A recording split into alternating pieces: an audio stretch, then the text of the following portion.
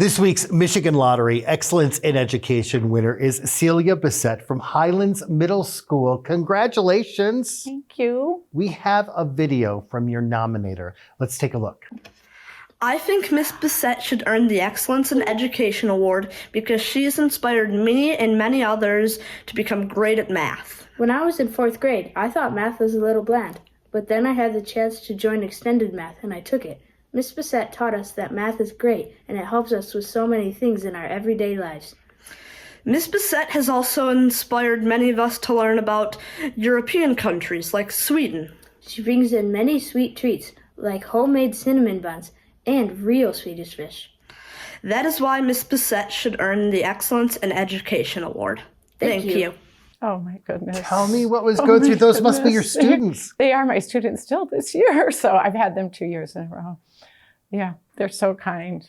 Wow, for a student to do that, you're making a difference. Wow, I can't get over that video. Yeah. Wow. Well, so tell us about your own educational experience at school and how that played into what you do as a career. Well, I love math. I grew up loving math, and I hope, like they just said, that they come into my class. Sometimes they don't like math. They're good at math, but they don't see themselves as great math students. And I try to instill that in them and push them. And at the same time, we try to have a lot of fun with our little Swedish traditions that they mentioned. And it creates, I capture their hearts, right, over and over. And I love what I do. Sounds like they capture your heart. They capture my hearts too, yes. You can see by my reaction, so. Yeah. So talk about, you've mentioned Sweden, they mentioned it as well. You actually lived in Europe for a while and brought some of what you learned there to your classroom. Tell us about that. So we lived in Europe for 12 years, 6 in Sweden, and I was able to teach there for 2 years. So some of those traditions I brought back just thinking this could be fun to do the week before the holiday break. And it stuck for 20 years because as siblings had siblings, they're like, aren't we going to make the Swedish poppers? Are we going to eat Swedish cinnamon rolls? So I have been doing it over and over. And I teach them a little bit about the countries that I lived in, show them videos, talk about the culture, and they absolutely love it. I want you to tell me about Math Walks and what's that all about? Math Walks is something I picked up off of the internet. Actually, I saw someone doing it and I'm like, I'm going to do that. So you have a theme, algebra problem, and instead of using X's and Y's, you use pictures. So it might be a theme of cupcakes or beach things, and you would make 3 suns equals 9, and then one of them would equal 3, and then they solve the problem. And at the end of the year, we go outside and we draw those on the sidewalk.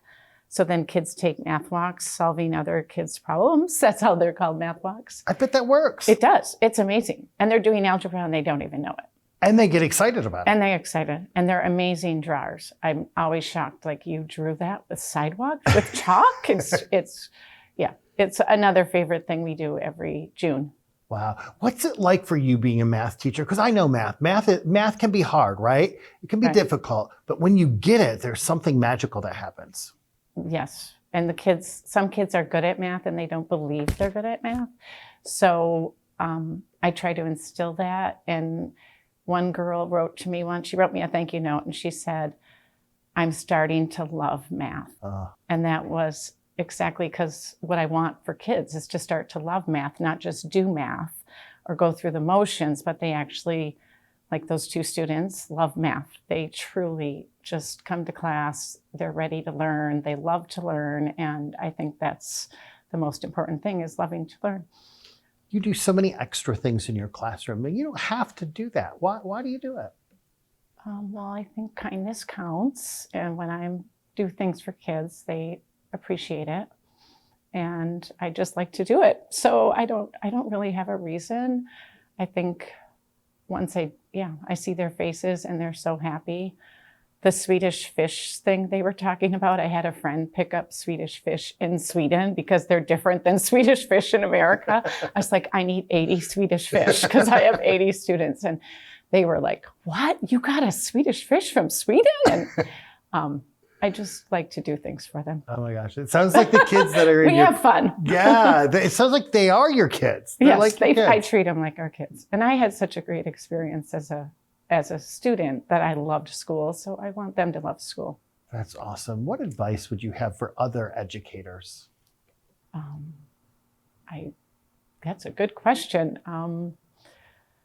To connect with kids and to, meet them at the door, talk, walk your room. I try to do daily touches every day with each kid just by walking the room. It could just be eye contact, whatever. We have a lot of students, but I think that's really important. And once you connect with the kids, everything goes better. The curriculum's secondary to first connecting with children.